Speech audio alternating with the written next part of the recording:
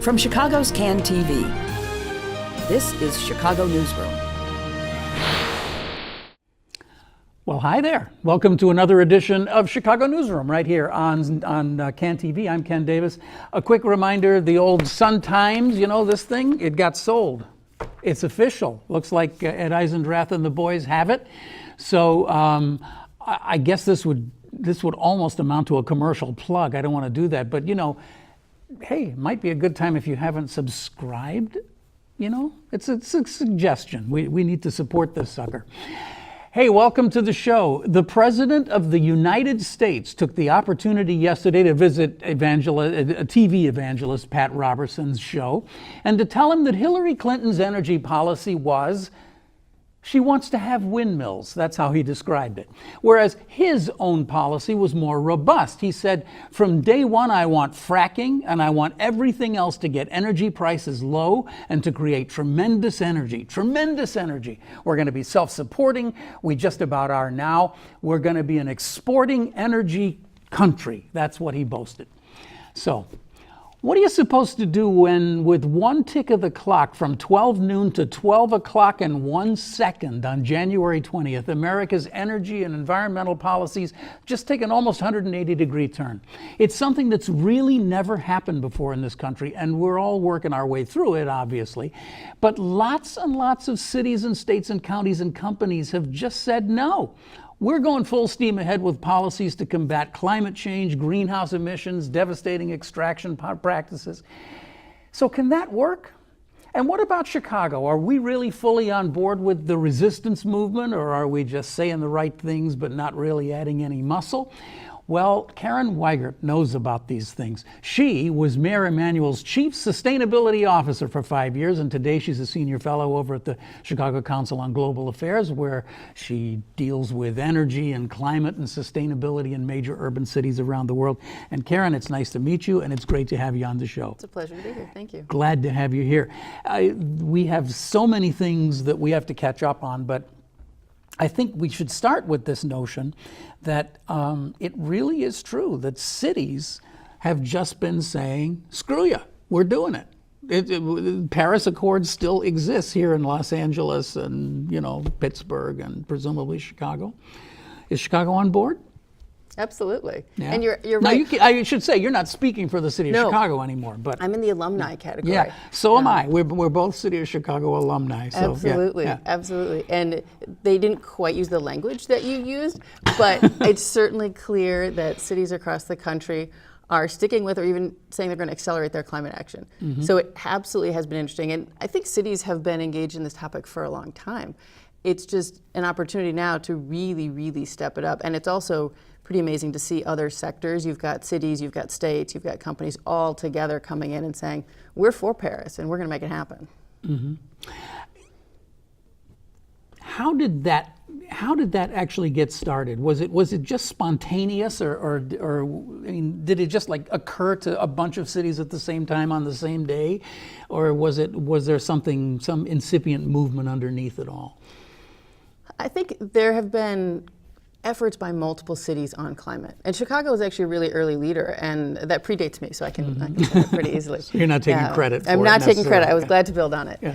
And Chicago was very early in coming up with a climate plan with specific goals, but it wasn't alone. And so you saw more and more cities do that. And in fact, before the federal government changed its position, you had dozens and dozens of cities that had their own climate commitments, and many of them were actually equal to or stronger than Paris. So you had a huge foundation. And it's been really interesting to watch as the federal government has changed its view. Cities are not changing their views, and in fact, they're being joined in numbers. Mm-hmm. So there was a strong foundation there, but certainly the change at the federal level has enlivened the conversation and hopefully leads to a whole nother level of action. Do you have any numbers? I mean, the numbers seem to be kind of spiraling upward. Every time I look, every time I refresh my screen, there's another number up there. But how many, let's just start with cities. How many cities are in this kind of broad coalition, and is it actually an official group at this point? So I'm with you. I have to check as well because it keeps increasing. And so I think yesterday was the official announcement that there are now organizations that are going to be essentially hired to track the progress. So not only do we have numbers of cities committing, and it's in the couple hundred, I believe, currently, but please check the latest. Yeah. And then that's married with states, and it's married with numbers and numbers of companies. But the interesting thing here is now that there's actually is some organization behind the scenes, and it is to in fact track what is happening. So I suspect that we'll see more and more growth both in the actions, but more importantly in the impact. And so this wave now that there's this commitment that it is the America's Pledge, that it is public, that you have Bloomberg and Governor Brown really leading it from those two sectors, that now has some more support behind it. And then you have the city of Chicago that has announced that they're going to host a North American Climate Summit later this year. So you see more and more opportunities then for cities to get together and to make sure that they can not only talk about this, but actually deliver it for the residents. Now, you and your organization just did the Global Cities Forum, but the thing you're talking about now is actually hosted by the City of Chicago. So the City of Chicago is going to, that's what we do. We host conferences, right? We do that. We have the facilities. We're good at that. Yes, we have some best practice sharing. Yeah. We have some next steps. One of our best practices is we have McCormick Place. So there's as you said, there's a kind of an organizational structure. This is one of those things. That's the best way for something to happen, where a blob of interest sort of lands on the table, and then you have to apply an organizational structure to it. Instead of having the organizational structure out looking for somebody to join, it's kind of working the right way. So what is this organizational structure? I heard that former Mayor Bloomberg is kind of running that operation. Is that what you're hearing? That's certainly what I'm hearing, but I think it's more of a pulling together of efforts that had existed. So you had various groups that were coordinating cities, and this really standardizes it in a sense. So it's Mayor Bloomberg and Governor Brown representing those sectors. And then I'm getting this just from the most recent news as well, that I think World Resources Institute, WRI, and Rocky Mountain Institute will do the tracking for this. But you then really have to figure out what are the cities going to do? How are they going to accelerate their action? And so this will involve multiple organizations that work closely with cities, but mostly it'll involve the cities themselves, finding those kinds of actions that they may have already been doing, that they'll quantify more explicitly, but finding those actions that address the sources of carbon, which in cities is primarily buildings. You can look at, it's certainly the case in Chicago, it's about 70% of the emissions, but that is pretty typical for cities nationwide. So it's heating, cooling, and operating buildings. So it's what can cities do then to reduce that energy that's used. Those sorts of efforts often create local jobs. They're great then for cost structures in buildings. And then you have to ask the question of, well, what's the power that actually supplies those buildings? And so you then can look at the greener energy sources. So cities are going to find more and more actions in that space. Then the other big space, the second major source of emissions in cities, is transportation. So you've got all these opportunities then to look more explicitly at transportation. To clean the transportation up. Absolutely, to clean local air, to create more walkable areas, but also ensure access for all of your neighborhoods. So those are the kinds of things that make cities more vibrant, strong places to live. And they're absolutely in line with lower carbon environments. So this will be a great platform. I've heard you talk about the fact that that cities, in fact, do emit more carbon than other geographic places, but on a per capita basis, it's a whole different story. I mean, we city dwellers actually put less crud into the air than people who don't live in cities. Yeah, it surprises a lot of people when you see that data. And you can look at the city of Chicago compared to the suburbs right around Chicago compared to the nation as a whole, and the per capita carbon emissions are lowest in the city, the next lowest in the close-in suburbs, and then they're higher nationwide. So wherever your starting point is, there's something that can be done to reduce carbon. And we're lucky, those of us who are lucky enough to live in the city of Chicago, we already start with a pretty nice footprint. We have transit we can hop on. We just have to make sure that it works for more people. Yeah, I mean, this is really entering into probably one of my favorite topics, which is this renewed interest that we seem to have in density, not only in Chicago but in big cities. But you look at a place like London or New York, and you just look at if you just take one thing, their underground systems, it's electrical. I mean, it's electric, so its emissions are close to zero. Its ability to move people is stunning, 1 million people or more a day moving from one place to another. And the efficiency of it is just incredible compared to the efficiency of, let's say, not the exurbs, but the sort of outer ring large suburbs where everything requires a car to move from one place to another. So there is a kind of a morality of efficiency in big cities, and we're finally beginning to actually celebrate that instead of complain about it. We should build on it. And we're lucky enough in the city that we do have those options, and you can then build around that core infrastructure. So back in my time in the city, we were passing transit-oriented development ordinances, which make it easier to build buildings near train stations. And so that then locks in that opportunity for people to walk to the train, to walk in their neighborhood, to not have a car, which would save them that cost. And then to create a more vibrant local space. Right, because there's more people walking around. And exactly, and so those are great options when you have that transit system. We in Chicago have that transit system. If you live in a place that doesn't, you have to find ways to build from where you start. But we have this really lucky starting point, so thanks to the people who built this 100 years ago or so. But it lets us then build that density. And I like to think of it as it's really about desirable density. It's what do you want at the street level, and then how much what kind of density do you need to support the economic street level environment? So you want to have local stores, local restaurants. You want to have access to grocery stores so that you can have that food supply. You want to have parks. It's great when people can walk to their home, from their home to their school, to their park, to a job, ideally. That's not the way most people get to live. We're lucky enough in Chicago that we can increasingly make that part of everyone's experience, and it's a part of the experience for most people in the city, or many.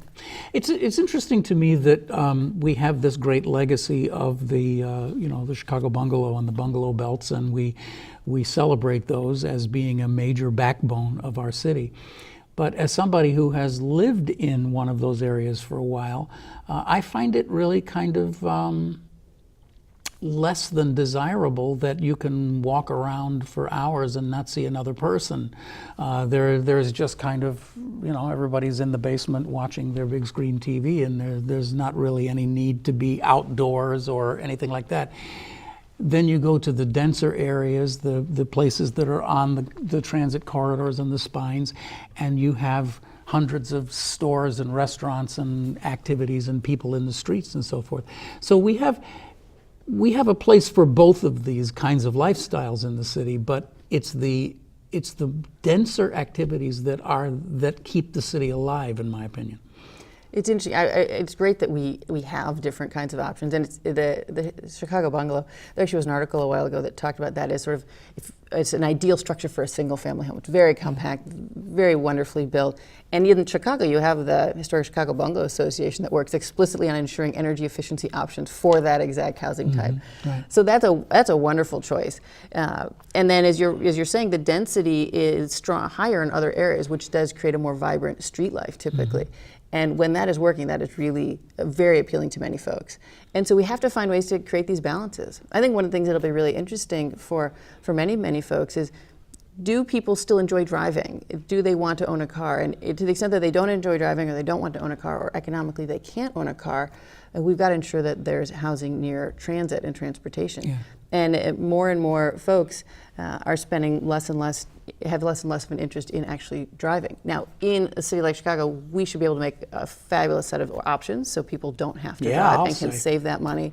That's not the case if you don't have the transit system, so we've got to think of a different set of options of core centers in smaller towns so people can drive once and then see their neighbors and get their shopping done. That's what I get to do when I visit smaller towns.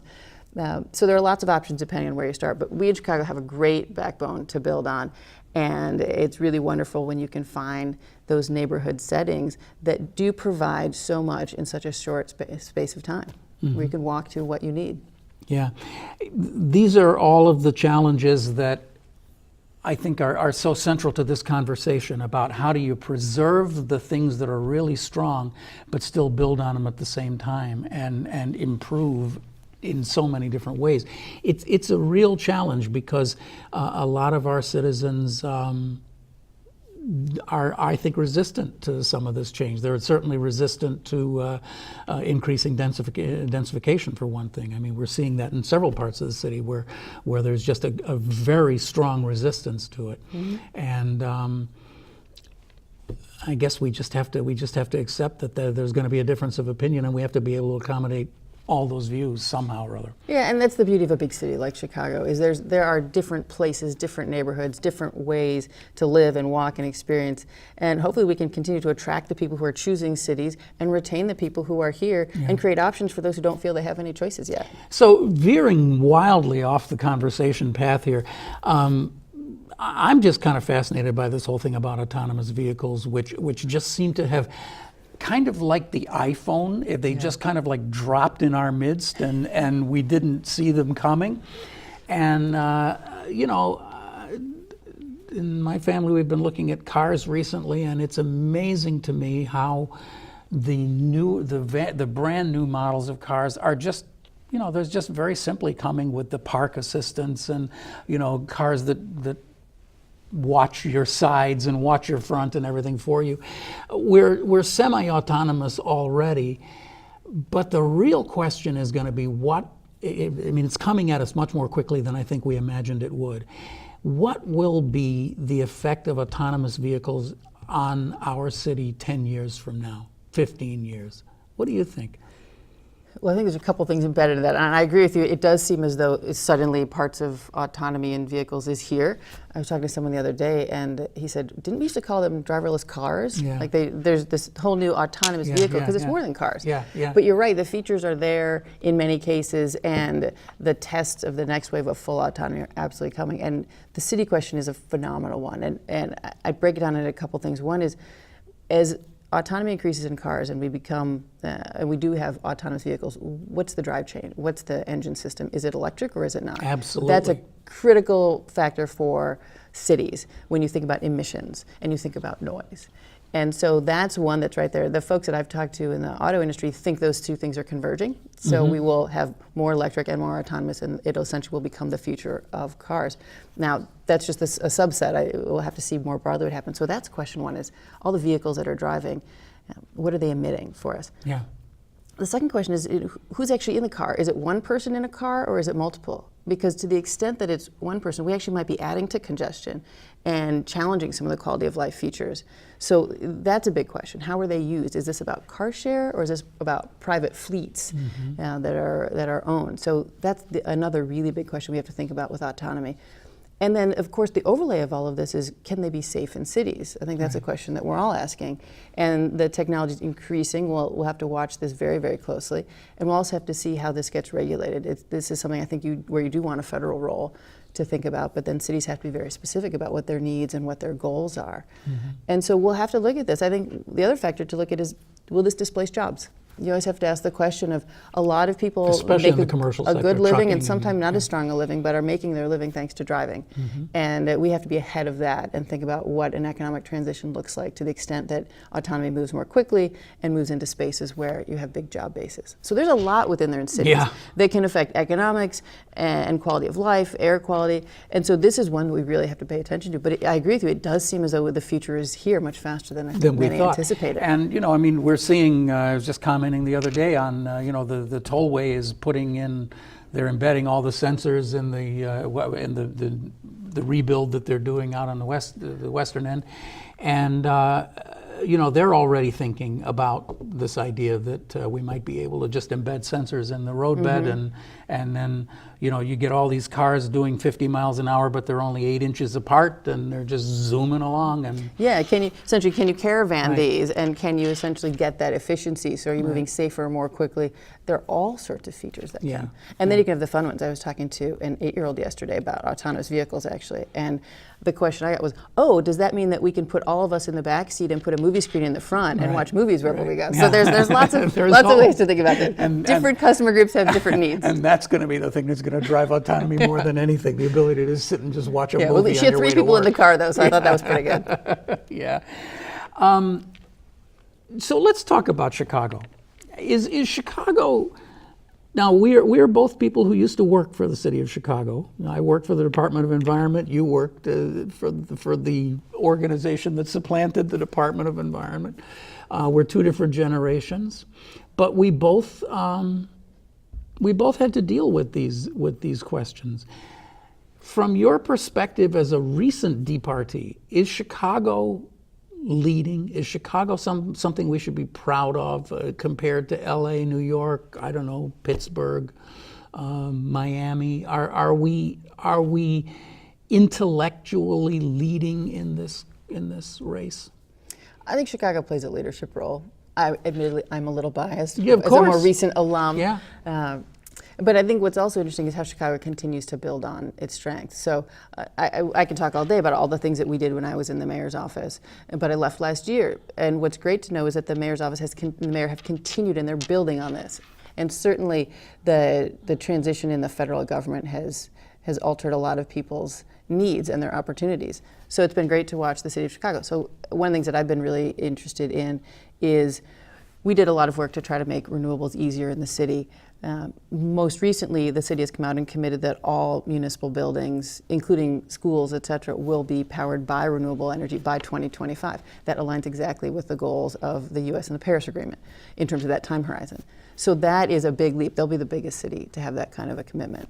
So I think that's extraordinary. There's recent news that the city is the home to the most green buildings. That's decades of work, really, when you think about some of the early policies and also the local building community and the real estate community, embedding that and building forward. And then I think you look at the anchor of the fact that we do have this transit system that we've been adding to in ways that people can see, new stations, but also adding to just in the core investment and trying to ensure that it works well. So it's not always the flashiest things, but Chicago is showing that you can have a city that is leading by delivering and creating a stronger, more vibrant place. And the data on that one is, at that macro level, the emissions actually have gone down from 2010 to 2015 while the economy has grown. So you've got that overlay that gives you the data at the high level, but then you can really see it at street level. Like, is Chicago a better place because of some of these things? The more we can show that, the more Chicago leads by example, and the more Chicago demonstrates that it doesn't have to be something exotic. It can be, my neighborhood is better, and it's better in ways that are reducing carbon. I'm glad you said that because I've had a few different careers. One of them was many, many years ago in the 80s, actually, in public radio. I hosted a morning show on public radio, and one of our crusades was screaming on a daily basis about what a rat hole the CTA was and how miserable it was. And there were, I mean, we had people who we talked to on background in the maintenance shops who would tell us some of the horror stories about things that were going wrong with the CTA. I experienced it myself, a lot of our listeners did, where you'll be just riding along on the train and the doors open for no particular reason, just because they just weren't being properly maintained. It was a horrible, horrible situation. Almost no cars had air conditioning. I could go on, but my point is that people who complain today about the CTA, I just wish I could take them back about 25 years or 30 years and show them what it used to be like.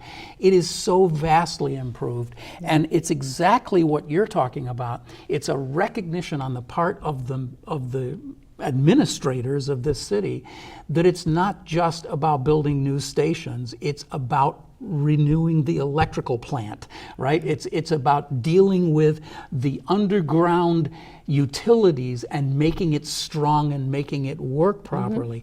And that, to a very large degree, has happened, even though it's hard to recognize that, because the fact that it just works on a day-to-day basis, that's not news, right? Yeah. So, I mean, I could go on like you all day about this stuff, but I think that that's one of the real strengths that our city has, is it has recognized that it has assets and that those assets need money poured into them. Mm-hmm.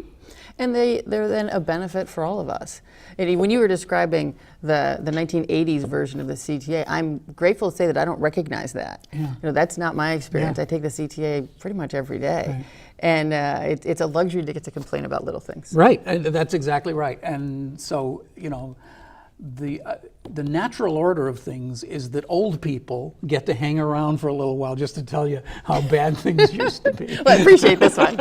And congrats to all the people at the CTA and to the mayor. Yeah. But I still want to hang with this concept a little bit about Chicago's role, because Another thing that really has bugged me about this is that Chicago, in my humble opinion, has never been as aggressive as it should be about sustainability and renewables and so forth, for the simple reason that it's probably the resource richest big city, certainly in America, maybe in the world. We've got millions of acre feet of fresh water sitting right next to us. We have abundant electrical power. We have all of these things that other cities would die for. And I think it makes us a little bit fat and a little bit lazy, because it's like, well, do you really have to worry about whether you have a low flow toilet? I mean, come on, there's plenty of water. That kind of attitude, I think, has been in Chicago forever. I think your starting point of, is Chicago a resource-rich city? Yeah. I mean, when you think about global water issues, it's about scarcity, and we don't have scarcity. Mm-hmm. Now, at the same time, water usage per capita is actually down over the last few decades, thanks to things like new toilets in buildings that have gone up. So those trends are, in general, good. But we also have the situation where electricity prices are very, very low compared to other cities in the country. Yeah. Now, that's great from the near term, particularly for those who are stretched every time they pay their electrical bill, but it doesn't have the same price signal that you might see in other places. And so I actually think that Chicago has been incredibly forward thinking, considering we don't have those pressures and price signals. We don't have the drought of California. We don't have the high electricity prices of New York, and yet we still continue to find ways to take action. So I always like to talk to folks about, if you can take an environmental or sustainability topic, and if you can make it happen in Chicago, first of all, this is the middle of the U.S. This is not a city that is on the coast that will be typified by being a coastal city. This is, quote unquote, the middle of America. We also don't have price signals that would push you to extremes. So if you can do something in Chicago, it's going to be great for America. And Chicago increasingly proves that every day. We talked a little bit earlier, though, about one of the big challenges that Chicago does have, which is, I guess you could put it into the bucket of flooding. I mean, we're seeing it as we're taping today. A lot of northern suburbs are really deeply underwater. I just, on the way here, saw that the Chicago Botanic Garden is closed today because all the roads are underwater there. This was a problem that Chicago recognized from the day it was founded, essentially, and our approach was the Water Reclamation District building the deep tunnel, which is very controversial, but I've always thought it was something that was a good solution at the time and probably needs to be built on. But it's interesting to me that as we've built, 150 miles or something of tunnels over the last 30, 40 years. And as we build more and more of it, it just fills up very quickly, and we need more and more of it. We're putting the Thornton Quarry online now, and that'll help a little bit. But we have a real problem here that when it rains very heavily, there's just no place for us to put it. Yeah, we absolutely do. And when you go back a long time ago, Chicago was a wetland, and that means it's flat, and it was supposed to absorb water, and we have increasingly paved it over the decades, and that absolutely is a factor here. We also are seeing, it appears, increasingly changes in the weather patterns, which are in line with climate change, which means from a rain standpoint that we're seeing more high-intensity storm events, so a lot of rain in a short period of time. And so you have both an increasing coverage of impermeable surfaces with different rain patterns. It's a very tough combination. Yeah. So you do have the MWRD, big deep tunnel, and some of the related reservoirs you've talked about. And we also have to think creatively about the green spaces above ground, about capturing water on site, about green infrastructure, as it were, and also thinking about how we can increasingly have streets and alleys that can capture some stormwater. So that can take the edge off. That can't solve the whole thing, but it's a combination of above ground and below ground, and that is a place where Chicago has done some work and has a lot more work to do. The rain patterns aren't getting any more favorable for us. I as a lifelong gardener, what I've noticed over the last 10 years or so, my own personal observation, is that we're getting about the same amount of rain, but we're getting these longer periods of drought. Drought may not be the right word, but just dry periods, and then huge rainstorms. So it's kind of like just this weird pattern instead of just regular rain that's falling. I don't know if that really means anything. It may be something that it's only happening over a decade and it'll change again. But we definitely aren't ready for even the slightest change in our weather patterns, it seems to me. Yeah, we have challenges with weather as it is today in terms of capturing that rain, and unfortunately it too often ends up on streets under viaducts or really in people's basements, and that's the most devastating answer when that happens there. So thinking about what we can do with land use and thinking about what we can do below ground really matter. One of the examples that I like a lot has been the Space to Grow program, and the reason I bring it up is it is looking at CPS schools, their full campus in areas that do suffer from flooding, but that also typically lack a great outdoor space. And it's rebuilding those full campuses in partnership with what the local community needs. So it's essentially creating a green oasis where you might not have had one. But it's about stormwater capture. So it's a partnership Plants with that drink the water. MWRD. Exactly, and the Department of Water Management, and nonprofits really providing so much work there, and obviously CPS because it's their school. So we have to find great examples like that, but you need a lot of specific spaces to capture the water that we're seeing. We're having we're in the middle of a huge crisis with the loss of whatever it is, hundreds of thousands of our ash trees. I know I've commented that in my neighborhood, on the 2 blocks around my house, we lost 71 ash trees in the last 2 months. They just came in and just cut them all down, and some of these things are 24-inch, 28-inch caliber trees. Apart from the aesthetic mess that it's created, there are all of the environmental issues, and one of them is water retention. I mean, these trees drink a lot of water, and they're not doing that anymore. So there's just always another issue, right? There's always something else. A couple of issues that are in the news in the last couple of days that I think really have a lot to do with sustainability.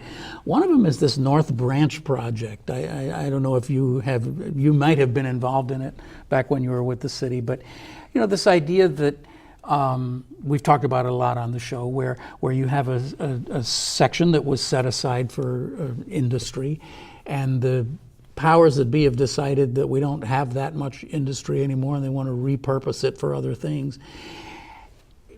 The people in Lincoln Park are upset that they're not getting a park out of the deal, and it raises a lot of issues about open space and how we decide to allocate new space when we get it, because this is a once-in-a-lifetime opportunity for hundreds of acres that could be redeveloped.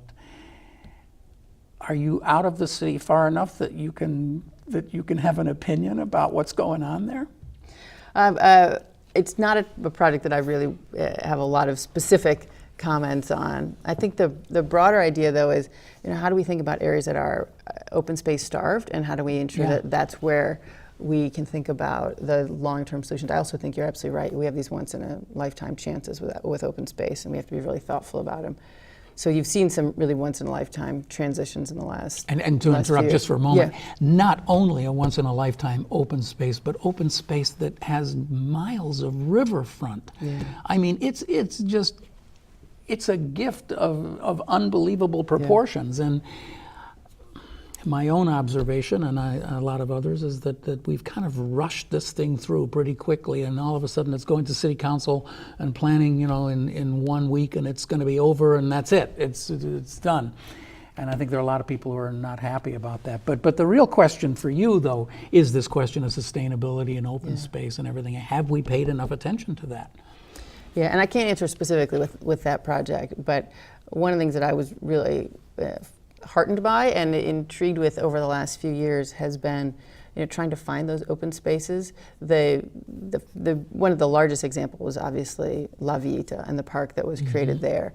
And by some of the outside estimates, that has historically had been one of the least served areas by open space. So that's a really interesting example of transitioning old industrial space. In my day and environment, that's one of the things we're talking about all the time. What a starved space it is. So, so there are examples like that, and I think finding those outdoor spaces, we have to look for the long term. When you think about what has helped Chicago in so many ways, it's that there was early thinking about preserving the lakefront, as an example. I mean, we have benefited for generations by the fact that we don't have privately held industry on the lakefront. Now we were lucky we had the river, so that's why we're having this other conversation, Right. because that's where we were able to put it. But the city will benefit in the long run if we have great outdoor spaces, not just in one part of the city, but throughout the city. So hopefully we continue to find those opportunities to create them. I'll get off this because it's not your area, but it's a pet peeve of mine that I think we've been too willing to just let the developers tell us how to do this instead of us telling the developers what we want our city to look like. And you don't have to comment on that at all, because I'll say it. That's what I think about it. Let's talk just a little bit about this North Lakeshore Drive thing. It's been flying under the radar for years. I'm sure you were part of those conversations that were, just we were less aware of them.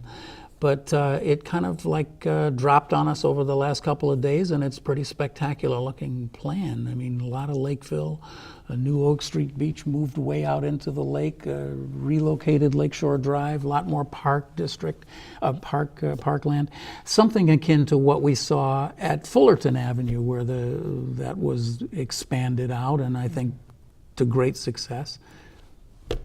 What about it? Well, like you, I looked at the pictures in the paper and thought, this is really dramatic. There's a lot of green space here.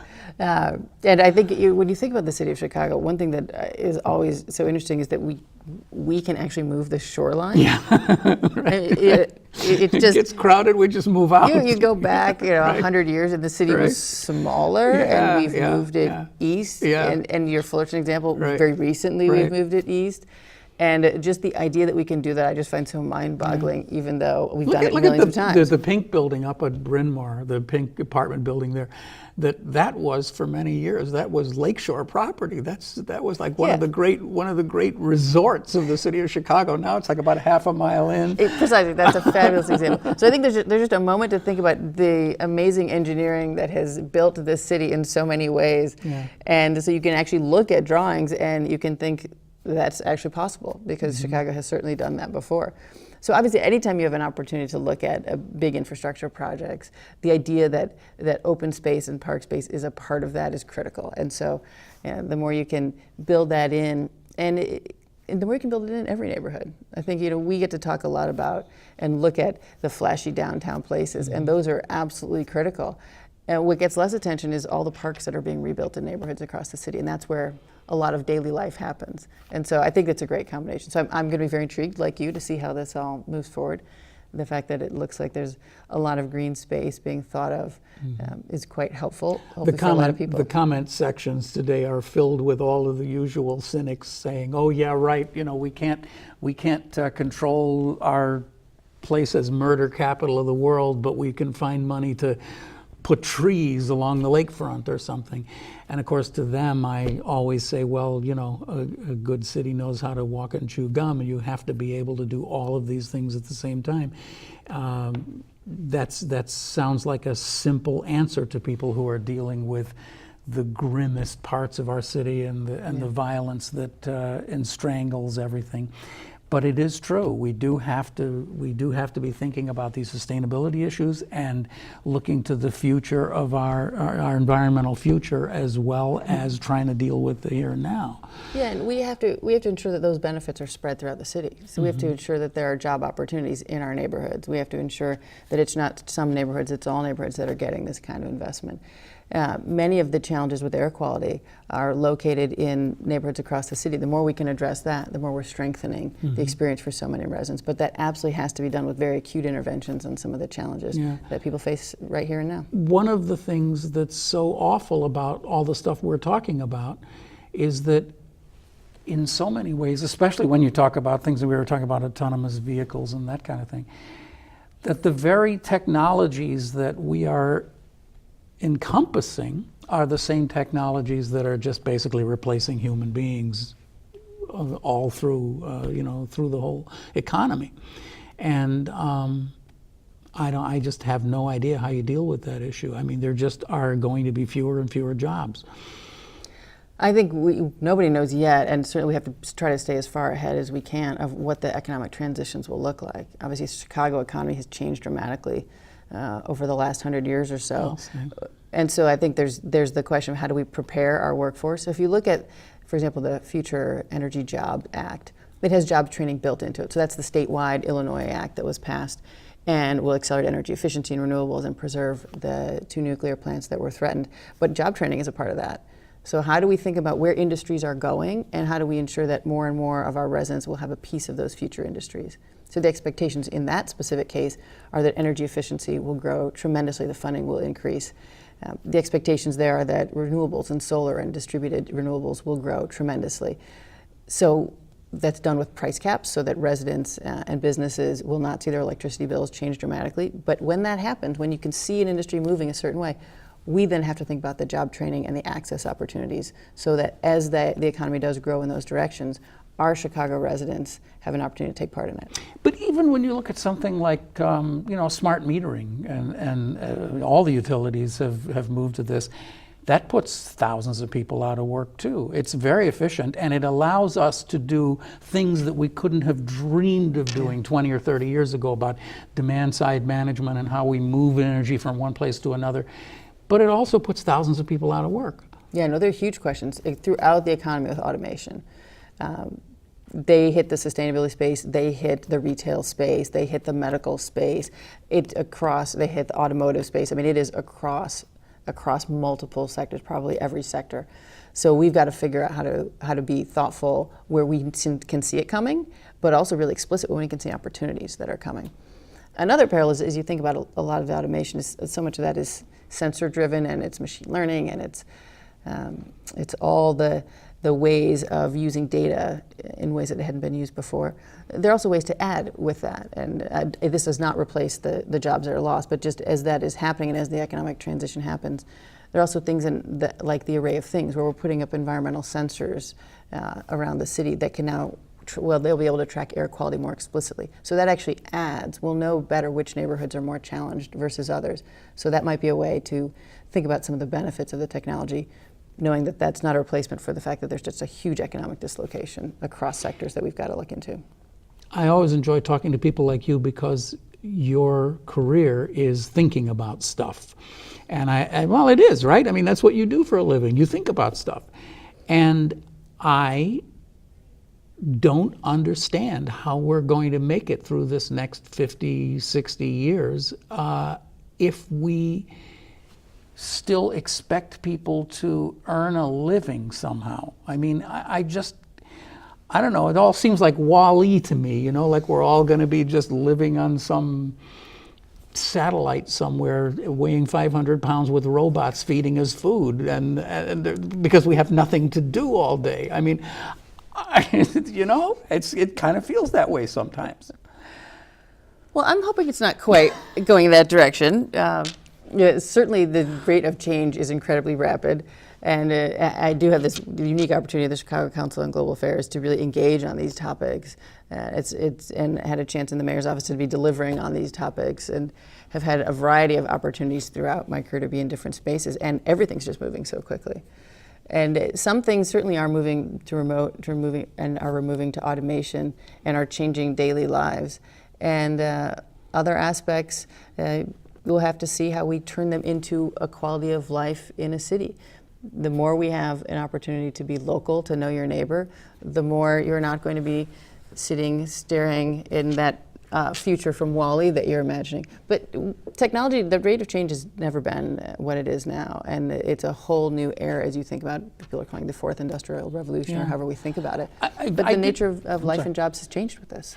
I did not mean to turn this into a conversation about the dismal prospect for employment, but it just fascinates me. I mean, we talk about these things like having, billion, trillion, whatever it is, dollar infrastructure programs, right? Mm-hmm. And we saw this with Tiger, with the Obama thing, where lots and lots of money came to our area to build and rebuild roads. And it was, spectacular amounts of work got done. But you could see how different it was even then in 1988 from the way it was in 1968 or 1948. There are no people working on these projects. There are massive machines with 2 or 3 guys driving them.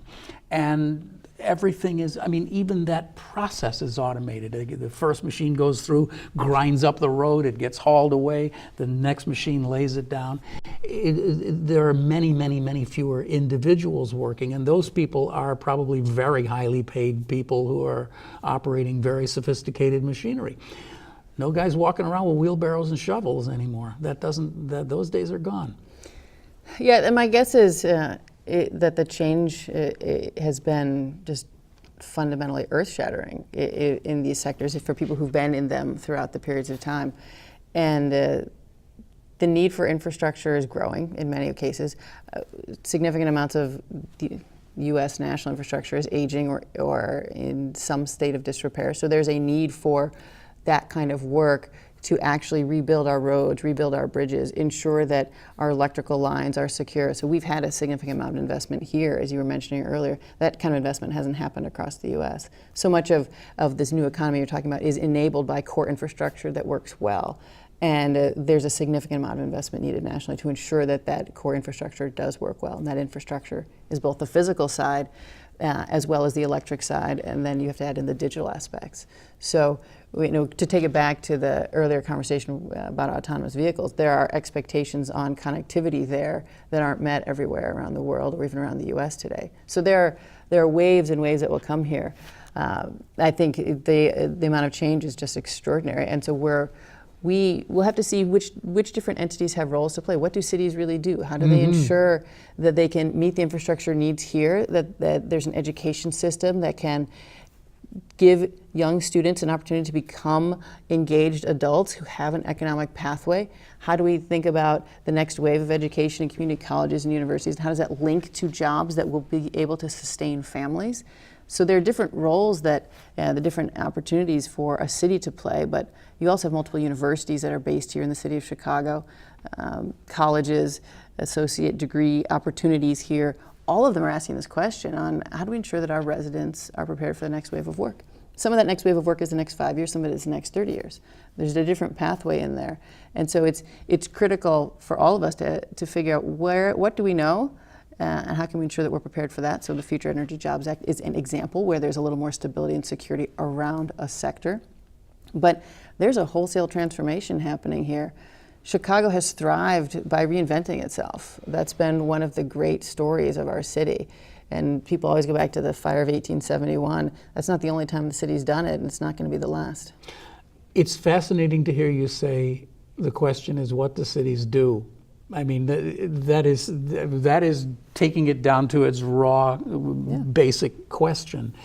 And one of my fears is that cities are increasingly becoming the place where people just go because they can't possibly make it anywhere else, and there's a possibility maybe they can make it in cities, and we're seeing populations of people without skills and without much prospect kind of jamming into our mega cities, and I just have no idea how the people who run those cities are going to be dealing with that as that increases. I would leave with with this one really kind of cynical note, and this is a very delicate topic because it's talking again about all of the violence and the street crime that we're experiencing in Chicago. But putting it in context with sustainable city conversations,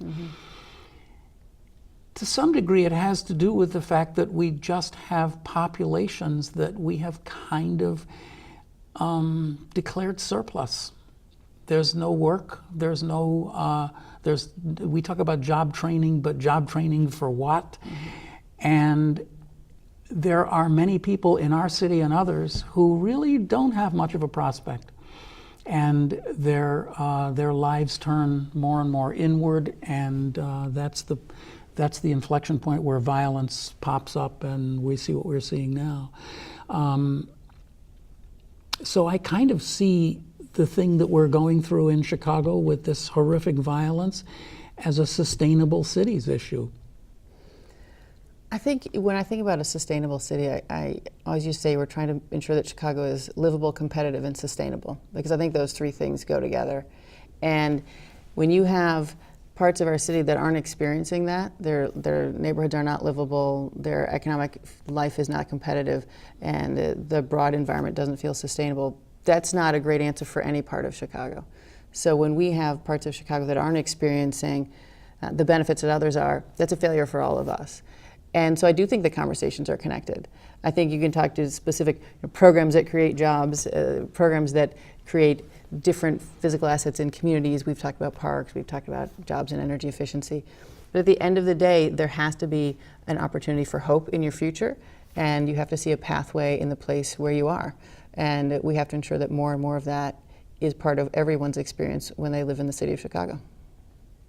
And to take it all the way back to the top of the show, that's where demagogues are born. The ones who say, "Oh, vote for me, I'll get your job back for you," when they know fully well that that job ain't coming back. And that's something that we've seen on the national level.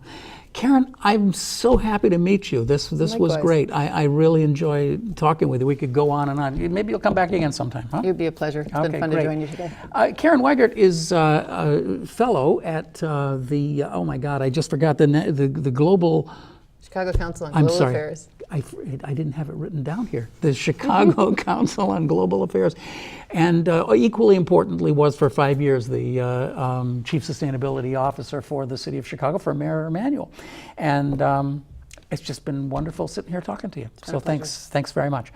You have been watching Chicago Newsroom. It's a sustainable service of CAN TV, and you can watch us anytime by going to this address and seeing our show. We have a list of all, I don't know, coming up on 400 shows or something. You can watch them anytime you want. We'll be back next week with another conversation. Thanks for watching. See you next week. Bye-bye.